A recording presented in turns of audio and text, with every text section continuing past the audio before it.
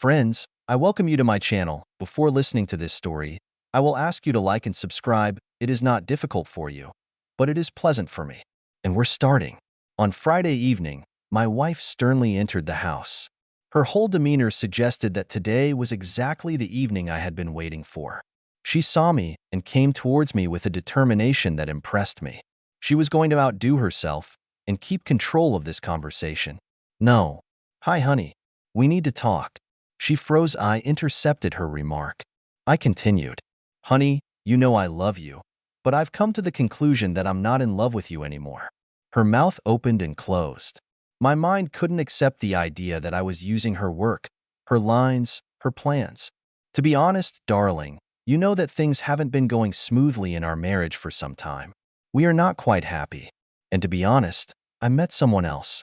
She's my soulmate, and I'm leaving you for her. You're a fool. How dare you? After all these years, you're sitting here telling me that you've met someone else and you're leaving me for her. I'm going to crush you with a divorce. I'll take everything you have from you. When I'm done with you, you'll be living in a cardboard box under the interstate. It seemed like her mind was finally back to normal, and God, she was furious. She was on a roll. I sat and listened as she scolded and belittled me, questioning not only my masculinity, but also my parents' marital status at my birth. While she was ranting, I was thinking about what led us to this situation. I met Jessie when I was in my late 20s. I was a stock analyst at the investment firm where she worked. She was in advertising, and we met by chance in the cafeteria of the company. I apologized for bumping into her and bought her a replacement drink that she spilled when we bumped into each other. We talked and then started dating. Eventually, we got married. That was 10 years ago. Now she was the vice president of marketing, and I was an analyst. No, I was not a director. I was just one of many analysts in the company. My salary has been increased several times. I did a good job, but I had no desire to climb the corporate ladder. I think that was our problem. She thought I should strive for a promotion, to be with big people and make decisions. I'm not like that. I liked my job, and I liked the freedom it gave me. After COVID, I was able to work from home, and I liked it even more. I worked in my underpants, and she had to dress up to the nines every day. About a month ago, I started noticing that something was wrong.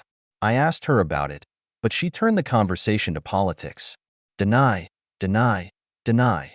This, of course, did not relieve me of my misgivings, so I began to observe more closely. I did everything that people usually do in a situation like this. I got hold of voice-activated voice recorders and copied her phone. I installed a key registration program on her laptop. The facts surfaced very quickly. She cheated on me. The worst part, and I know it's corny, but it was with her boss. At first, I was devastated. I thought our life was perfect. Then I heard her talking about what a jerk I was. I had no ambition, no desire to succeed, no desire to get rich. I thought about how she felt and realized that in many ways she was right. I had no ambitions. Why should I climb the corporate ladder? It wouldn't make me happier. I've always valued my relationships and family more than money or moving forward. Realizing that she was right for me, I decided to make my own plans. I admit that I based my plans to some extent on her plans. I was constantly sent to our other offices to conduct various studies. When I was sent to our office in London, I took a detour on my way home. I have opened an account in Switzerland and an online brokerage account based on this account. When I had everything ready, I returned home. I did what I was paid to do. I was doing research. When I found something like a good boy, I passed it on to my bosses.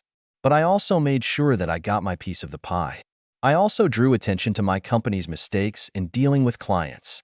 When I found one of them, I closed it. The company, of course, lost money. I didn't lose it. The fact that my account was located abroad and was numbered did not allow the company to find out about it. I may never have shared with them the fact that the company was making a mistake, but they hated it when they were corrected, especially my wife's boss. That's why I never told them about it. I have been closely monitoring the management's actions. If it was shit, I used their mistakes to my advantage. I wanted to make money and eventually lead to the downfall of some players, that is, my wife's boss. I had already made a good fortune, and all I was doing was waiting for her to finally give her speech. Why did I wait? Well, I wanted her to apply. Call it petty or childish, but I wanted her to pay for the divorce and admit that we didn't work out, that she failed. When she finally made up her mind, I decided to piss her off. I think I succeeded. So, what do you have to say for yourself, asshole? Hasta la vista? Or, I know, don't leave in a rage, but leave? I mean, isn't that what you want? You want to change, and I'm just a loser who has no ambitions. You're right. I have no desire to climb the corporate ladder. I have no desire to be one of the main ones in the company. I don't care if my car is a Porsche or a Ferrari. I'm happy to be who I am. So, when are you applying? Are you getting a divorce? Yes, I'm filing for divorce. Damn, I thought you were supposed to be smarter. It looks like I was wrong. Let's try it again. You cheat, I cheat. There is no marriage. Divorce. Damn it. She was mad at that. She started hitting me, completely forgetting about the security system that recorded her beating her spouse. I accidentally pressed the alarm button so she wouldn't notice. Now let me think about it. The security company had less than a minute to inform the police. The response time in the area ranged from 5 to 10 minutes. So I egged her on with little remarks. Her anger intensified, and she started using everything she could get her hands on to hit me. Oh, I was going to get paid for this. I covered my face with my hands and curled up to protect other parts of my body, but I couldn't come out of it unscathed. I already felt a lot of pain in my ribs. Blood was already flowing from my nose and mouth. She was pounding me with her high heels when there was a knock on the door. She went to the door and, forgetting that I could be seen, opened the door wide to talk to the police. They looked inside, saw me, and they took out their weapons. She didn't listen. She always had trouble listening to what she was told. They told her to drop the damn shoes, but she didn't. They used a taser. When I lost consciousness, she was handcuffed. I was taken to the hospital and treated for my injuries. She was charged with assault and battery. The video shows that I didn't hit her. I filed for divorce. She tried to resist. It's hard to fight a divorce when you're in prison. She was found guilty and lost everything in the divorce. It was an interesting conversation, wasn't it? We're taking him south of the border. I drove up to the border checkpoint and rolled down the window. I had the bills in my hand, and I handed them to the agent before he could ask anything. He smiled. Hi, Pat. I see you're back in business. Yes, I'm heading south to give you a ride and pick you up. NAFTA is at its best. The only thing that pleases me is that since I am so close, tomorrow, when I return, I will look in on my wife and say hello. Yes, I'm sure you will. I see my wife every day and say hello as often as she allows me. He checked the documents, but everything was in order. He knew about it, but he checked anyway. We did this regularly. I crossed the border at this checkpoint at least 8 to 10 times a month. Sometimes I crossed the border almost every other day. I went to Mexico. I left the trailer with the raw parts. I slept and then loaded the trailer with finished products and drove back. Sometimes to a warehouse in El Paso, sometimes to another destination in the United States. It was a decent job, and I always spent time in Mexico in a safe place. The agent finished processing the documents, and I headed for the exit. After 2 hours of driving, I found myself in a warehouse deep in Chihuahua. It was a secure facility, and we even had a place to park to get some sleep. 12 hours later, I was at the intersection again, checking my documents, and then drove to El Paso. I parked near my house. The city didn't like semi-trailers parked on the streets. I walked 2 blocks home. When I got to the house, I froze. There was a car in the driveway that shouldn't have been there. She belonged to that asshole Jake. Jake and I haven't liked each other since high school. My wife knew about it, and she knew that I would rather kill Jake than invite him into my house. I crept up to the house and tried to be as quiet as possible. I listened. The sounds I heard were not just familiar. They indicated the end of my marriage. I thought for a few minutes, and then walked around the back of the house, slipped through the laundry room door and walked down the hallway. I found the door to the master bedroom ajar. I took out my mobile phone and turned on the recording. For about 10 minutes, I recorded my wife breaking up with our marriage, and then I left the house. I went back to the truck and hit the road. I was heading to Seattle, and I knew I would have plenty of time to think about what had just happened. I had to stop several times to pull myself together. I didn't expect it to turn out like this. I trusted Marie, and I knew she loved me. I guess I was wrong. I know that a spouse has many reasons to break up a marriage. I know that being a trucker at long haul, it's almost a cliche that your spouse is cheating on you. Although I would never have believed that Marie was capable of such a thing. Now, I didn't waste time thinking about what I had done, whether it was my fault. No, not when she was making love to Jake. Jake and I have hated each other ever since I sent him to the hospital for trying to communicate too openly with my sister. Since there were a lot of witnesses, I never had any problems because of this. Actually, my dad bought me a new car for it. My sister was 2 years younger than me. Jake narrowly escaped jail time for his actions. I wasn't going to blame myself for my wife sleeping with Jake. I had to plan everything, so I used my free time to study the divorce situation in the great state of Texas. While adultery mattered in the division of property, a problem arose. We had 3 children. I called a friend and asked him a few questions. I quickly realized that I was going to be fucked. Once again, the haters of whiny male children have teamed up to cheat men. If we were divorced, I would have to pay child support. That's not a problem. But I would also have to pay for the house she lived in, for health insurance, and if I was unlucky, then for alimony in one form or another until either the children grow up or he won't be able to find a job. I really didn't like it. To be honest, while I was driving to Seattle, the thought of killing both her and Jake really occupied my thoughts.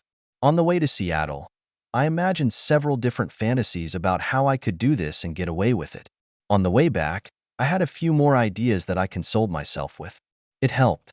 I was standing in line at the border crossing and looking at the signs, as I have done more than 1,000 times, when an idea suddenly came to me. I spent the whole trip to the warehouse and then to Chicago making my plans.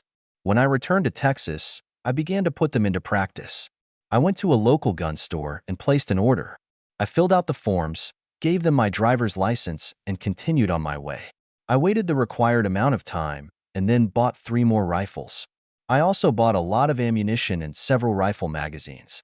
Every time I came home, I put the guns in my wife's car. She had a nice SUV, and there was plenty of room to store spare tires. I was putting ammunition in there. I put the rifles on top of the spare ones and filled the rest of the space with spare cartridges. Soon, the entire space was filled with weapons and ammunition. When I finished all the preparatory work, I called my wife. "Marie, how are you, honey?" "Oh, Pat, I'm glad to hear from you.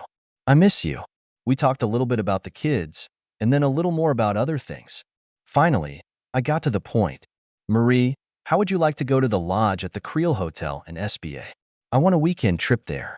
The only problem is that I can't go with you. Instead, I need to take the cargo to New York.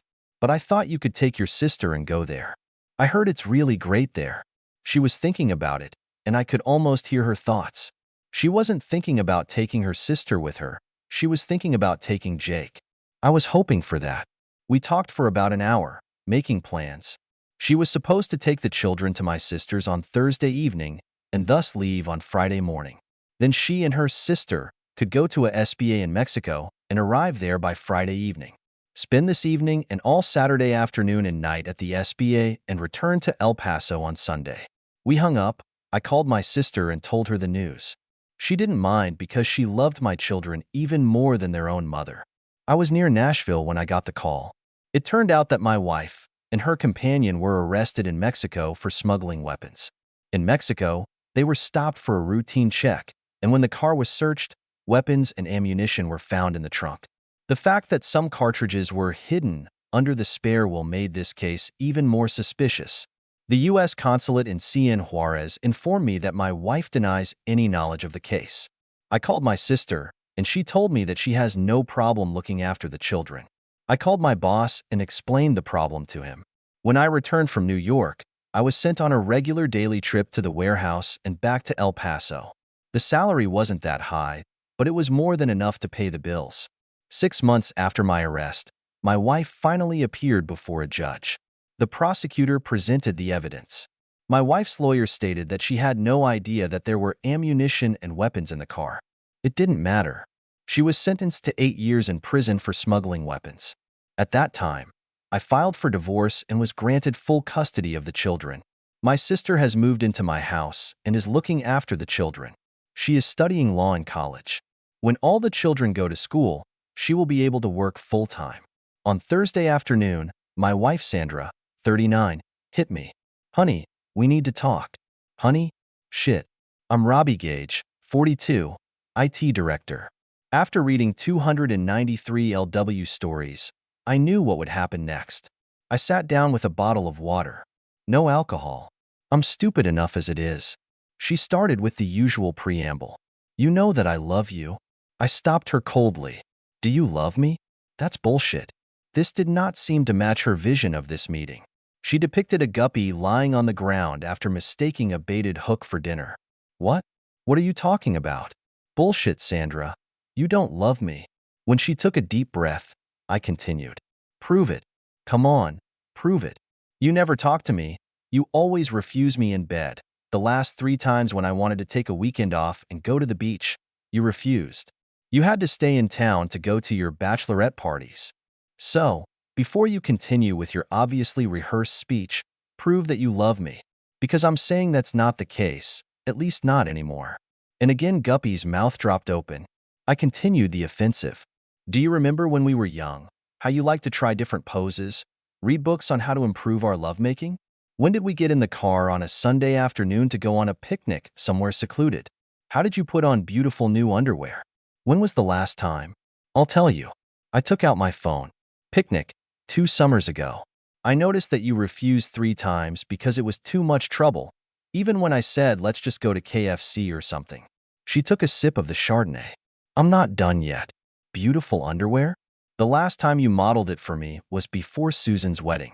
2 years. I'm not exaggerating. However, this is not the last time you bought beautiful lingerie. No, just a month ago you let Victoria share another secret. For whose benefit was it? Not for me. So, beloved? I do not think so. A blush suffused Sandra's face. Were you spying? She snorted. Of course, damn it. I pay the bills and check for fraudsters and identity thieves. When I saw the cost of Victoria's charge, yes, I really rummaged through your closet, and yes, I found the latest purchase and receipt. I also found other things that you've been buying for the last few months. Some are even washed. Who are you wearing them for? How could you? She snorted. You. Hey, you fool. That's my line. How could you spend $334.76 on underwear in the last 8 months and hide it from the man you supposedly love? I see you undressing every night, and you weren't wearing any of that shit in our bedroom. At least not when I was here. So, who are you spreading your legs for? What do you mean, who am I for? A very clear and simple question, baby. No science fiction is required. Just a little honesty. Don't try to get out of this. No woman spends so much on underwear that she never wears it. So, when and for whom? Sandra muttered something a few times, then, defeated, leaned back in her chair. I didn't know if her "we need to talk" was about the divorce or to let me know that she was going on a date. I didn't even give her time to familiarize herself with the agenda of our meeting. Who is this? Derek Washington? No. What makes you? Brett Granger? She hesitated. I understand. He hasn't left you for Lizzie Smith yet, while he's keeping it a secret to surprise you on Monday. What? No. Our marriage has already come to an end. I'll arrange for the papers to be filed here tomorrow. No. She screamed like a 2-year-old child whose candy was snatched from her hands. I don't need a reason to divorce you. You see, you think it's okay to make love to another guy while we're married. But I'm not. So we have a difference of opinion, an irreconcilable difference, and that's why I'm divorcing you. No guilt, remember? We divide everything in half. There are no children. We earn more or less the same. So no alimony. I'll put the house up for sale tomorrow, and we'll split the share. The mortgage is almost paid off, so we'll be fine and we'll have enough money to buy something else. I loved Viv. I gave her everything, gave in to all her demands and desires, did everything that could make her happy. I gave up the life I had for her, and I have never regretted it. Not for a second. And now I find laundry in the laundry room that I've never seen before. I can smell love, hers, his, or theirs, whoever it is. I took an airtight plastic bag out of the kitchen drawer and put the damn thing in it. It seemed to me that this should be done. The evidence of her infidelity, the DNA of her lovers, her DNA. Isn't that what they say in stories? Vivian left town to visit her mother. When I called last night, she was with her girlfriends. Now I'm thinking about it. I've been thinking about everything since I met the girl of my dreams. Now I think she's become the girl from my nightmares. Who are you talking to? To whom did you admit that you were a cuckold? That the wife you were so proud of was making love to someone else? What are you doing with your child? Is this my child? I always thought people were teasing me when they said she looked more like a postman than me, but now, I started crying. I took out my .38 caliber pistol and started cleaning it. I stared at the empty barrel of the revolver and wondered if I should use it to crawl 6 feet underground. I thought about planting Viv on her own property first. I put the gun away. It wasn't worth it. A fool? Another solution. Vivian should be back tomorrow. She was about 22 years old. She had blue eyes. Brown roots ended almost half an inch at the base of her blonde hair, and tattoos snaked down her arms and neck. Some of them looked like professional ones, but others were prison ones. Everything emphasized her profession. Without a doubt, this woman worked tirelessly for a living. She snapped her gum in front of me. "So you're Butchie's friend, huh?" I quickly opened the door wider so she could enter, and looked around the street to see if any of the neighbors had seen her.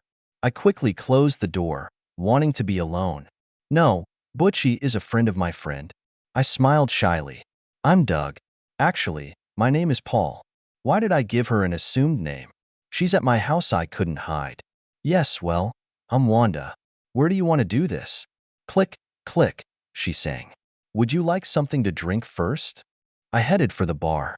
She reached past my hand and grabbed the bottle. She took a long sip and slowly turned around, looking around the room. "Nice place. Is my wife not at home, or is she upstairs waiting to join us?" "No, I expect her to join us in about 45 minutes.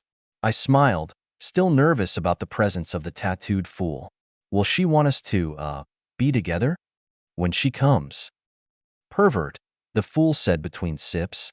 When Vivian came in, she heard a noise coming from the bedroom, and when she came in, she saw me using Wanda. She screamed and rushed into her bedroom to put our daughter to bed. When she returned, Wanda and I were leaning against the headboard of the bed, catching our breath after our exercises. "You idiot.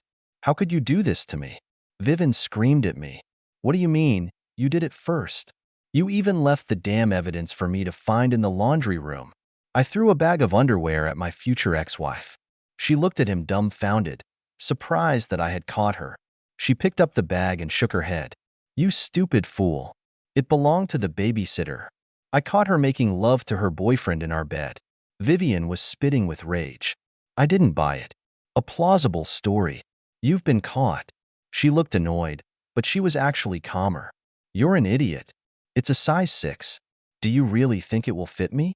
She turned sideways to show me that she still had a baby tummy. My head went blank. All I could think or say was, "Eh?" Wanda gathered her clothes and money from the dresser and left, laughing hysterically. When I married Katie, I was as happy as a man can be. Katie was the epitome of the perfect woman for me. She was sweet, kind, very smart, and the absolute epitome of beauty. She was slightly below average height, 5 feet 3 inches, and weighed only 90 pounds, but her smile lit up my soul, and her laughter filled my heart with joy. In the asset category, she was petite, with small breasts and ass, but very toned and slender legs and the features of a goddess. But what really captivated me was her bright personality. She was smarter than me and invariably dominated any conversation about current events or politics. She was both passionate and knowledgeable. I usually don't pay attention to these topics, but I loved watching her dominate our friends whenever these topics came up, and they always seemed to pop up. She also had a number of features that I found particularly attractive. The way she made the bed every morning while I was in the shower. The way she always kissed me before leaving the room or the house. And her diary.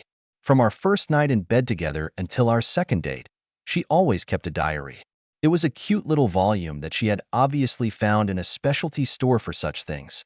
Every evening, from our first night together until the 5 years of our marriage, she took out her little diary and made daily notes before turning off the lights. If I had ever asked her about it, she would have just given me her radiant smile and said that she would like to remember the details and nothing more. I've never questioned it. It wasn't something that bothered me. It was just another quality that made her special and that I liked about her. Then, about a year ago, everything started to change. The first thing I noticed was that the diary was gone. One evening she didn't get it, and I was stunned. I didn't say anything. Maybe she didn't have any details to write down that day, but he didn't show up anymore. This change caused a lump to form in my stomach. I didn't know why, but I knew there was a problem. I also realized that she hadn't kissed me when she left the room. It wasn't a complete cessation, but undoubtedly something was less consistent. Obviously, these are alarming signals. Otherwise, she was the same as before, still cheerful and chatty. She still dominated conversations with our friends. She still behaved mostly normally, but it wasn't normal. Not for her. Over time, I tried to remember it. For some reason, I didn't mention the diary because it seemed too obvious. But I asked about her changed behavior, and she laughed it off, saying it was all my imagination. I wondered if this was really a figment of my imagination, but I couldn't get rid of the worry. I decided that I needed to find the diary. I was convinced that she hadn't given up on him. She may have stopped writing in our bedroom, but it was a lifelong habit for her. She must still be writing in it and hiding it somewhere less conspicuous. One day, while she was at the store, I searched the bedroom, the living room, her home office, and, finally, the dressing table in the bathroom. I was very careful not to leave anything obviously disturbed, but I was very scrupulous. The diary was in the very back of the bottom drawer of the dressing table, under a box of tampons. His name was Phil Sampson. Apparently, Katie had been having an affair with him for over a year. He was also married and had a 3-year-old son. Katie was torn between Phil and me. According to the diary, she still loved me, but she also loved Phil. Judging by what she wrote, if he was single, she could have left me for him. There were too many details in the diary to think that it was a simple affair. Over the past year, she has made love to Phil at least as often as she has to me. My heart was broken. I will miss her very much, her smile and laughter. When she came home from the store, my ring was lying on the diary in the middle of our bed. It's amazing what a man can do for the love of a good woman. My day started off great. My recent business trip was an unqualified success, and I was able to complete all my business half a day earlier than planned by signing a contract for a new large account. In the afternoon, I did not get into traffic and got to the airport twice as fast as usual. Then I got lucky with the airline and I was able to reschedule my flight from 18 to 1400 hours without any penalties or transfer fees. The flight was uneventful. Then I picked up my car from the long-term parking lot, made a short stop to buy flowers for my wife, and planned to surprise her by spending the night in the city to celebrate my success. Hopefully, we'll continue the evening with a more intimate celebration after I get home. Sounds good, doesn't it? When I arrived home, an unfamiliar car was parked in the driveway of my house. I felt a familiar pain in the back of my head and my skin started to turn red. I paused, took a deep breath and slowly exhaled, quietly counting to 10 times to suppress the reaction. After years of practice, it should have been easy, but I have problems with anger management on an incredible scale. No way. I thought to myself, this kind of shit only happens in stupid online stories. There must be another explanation. I'm sure Janet just invited a friend over for coffee or something. I try to be optimistic and convince myself that I was just being paranoid. My luck streak ended abruptly. When I walked through the door, I heard a familiar sound, Janet's soft meow, which she always makes when she is close to the moment. I used to love that sound. Taking another deep breath and exhaling slowly to suppress my instant reaction, I climbed the stairs. I tried to stay calm. So, I'm getting a divorce. There is no need to panic and go off the rails after many years of successfully maintaining self-control. I just need to hold on for a few more minutes. I'll just kick the guy out of the house, tell Janet that it's over between us, and then I'll go to the gym to blow off steam. I continued to hold my breath and took out my phone, promising myself that I would do nothing but record evidence for the upcoming divorce proceedings. My good intentions lasted only 30 seconds until I opened the bedroom door. The movement of the door must have attracted the attention of this jerk, because he turned his head, grinned at me and said, "Well, it looks like I got home early. Sit down and enjoy the show. We are just approaching the final." Well, to hell with restraint. That's it with this fool. I lost control of my breathing, and let out my own moan for the first time since I met Janet 8 years ago. My skin went from normal, slightly tan to grayish red. Horns have grown on my temples. Wings like bat wings grew out from under the shoulder blades. My muscles bulged, and I suddenly gained 2 feet in height and 200 pounds of muscle. This jerk stared at me with his mouth agape and then blurted out, "Holy shit, you're just crazy." Oh damn. Oh damn. No one has seen me for many years, at least not in this condition. Most people thought I was dead. I bared my fangs at him and answered in a hoarse voice that was 3 octaves lower than my usual baritone. It's amazing what a man can do for the love of a good woman, isn't it? It was nice while it lasted, but I think the break is over. This asshole turned his head to my wife and yelled at her. "You married a fucking supervillain and you're cheating on him? Are you crazy, you fool?" Janet screamed piteously when I reached out with my clawed paws. It's amazing what a man can do for the love of a good woman. My day started off great.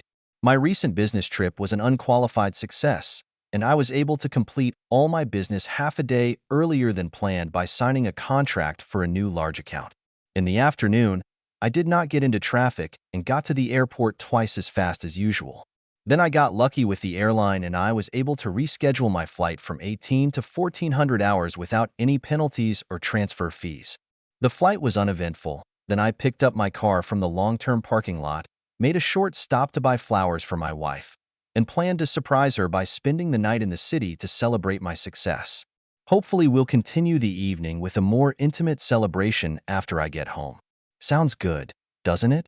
When I arrived home, an unfamiliar car was parked in the driveway of my house. I felt a familiar pain in the back of my head and my skin started to turn red. I paused, took a deep breath and slowly exhaled, quietly counting to 10 times to suppress the reaction. After years of practice, it should have been easy, but I have problems with anger management on an incredible scale. No way. I thought to myself, this kind of shit only happens in stupid online stories. There must be another explanation. I'm sure Janet just invited a friend over for coffee or something. I tried to be optimistic and convince myself that I was just being paranoid. My luck streak ended abruptly. When I walked through the door, I heard a familiar sound, Janet's soft meow, which she always makes when she is close to the moment. I used to love that sound. Taking another deep breath and exhaling slowly to suppress my instant reaction, I climbed the stairs. I tried to stay calm. So, I'm getting a divorce. There is no need to panic and go off the rails after many years of successfully maintaining self-control. I just need to hold on for a few more minutes. I'll just kick the guy out of the house, tell Janet that it's over between us, and then I'll go to the gym to blow off steam. I continued to hold my breath and took out my phone, promising myself that I would do nothing but record evidence for the upcoming divorce proceedings. My good intentions lasted only 30 seconds until I opened the bedroom door. The movement of the door must have attracted the attention of this jerk because he turned his head, grinned at me and said, "Well, it looks like I got home early. Sit down and enjoy the show. We are just approaching the final." Well, to hell with restraint. That's it with this fool. I lost control of my breathing and let out my own moan for the first time since I met Janet 8 years ago. My skin went from normal, slightly tan to grayish red. Horns have grown on my temples. Wings like bat wings grew out from under the shoulder blades. My muscles bulged, and I suddenly gained 2 feet in height and 200 pounds of muscle. This jerk stared at me with his mouth agape and then blurted out, "Holy shit, you're just crazy." Oh damn. Oh damn. No one has seen me for many years, at least not in this condition. Most people thought I was dead. I bared my fangs at him and answered in a hoarse voice that was 3 octaves lower than my usual baritone. It's amazing what a man can do for the love of a good woman, isn't it? It was nice while it lasted, but I think the break is over. This asshole turned his head to my wife and yelled at her.